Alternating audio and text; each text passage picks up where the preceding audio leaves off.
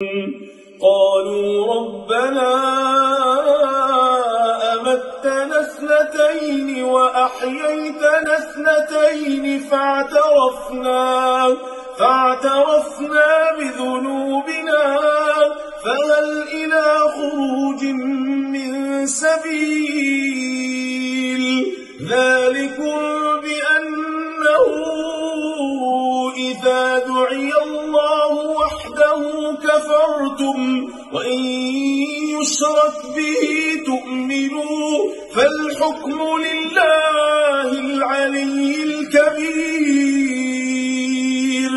هو الذي يريكم آياته وينزل لكم من السماء رزقا وما يتذكر إلا من ينيب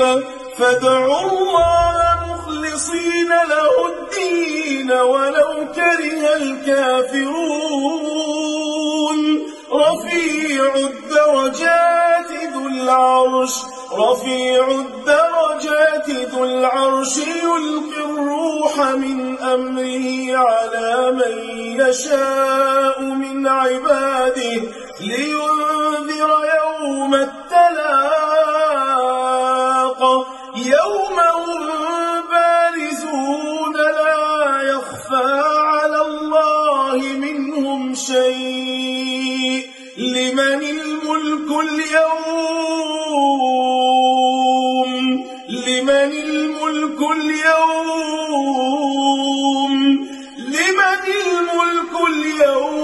لله الواحد القهار اليوم تجزى كل نفس بما كسبت لا ظلم اليوم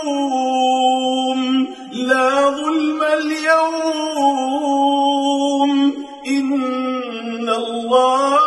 سريع الحساب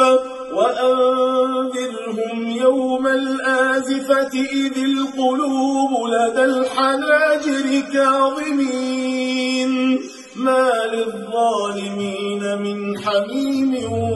ولا شفيع يطاع يعلم خائنة الأعين وما تخفي الصدور والله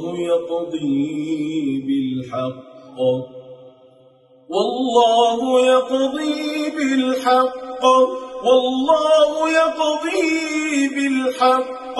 والذين يدعون من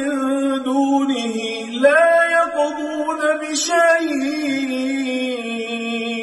إن الله هو السميع البصير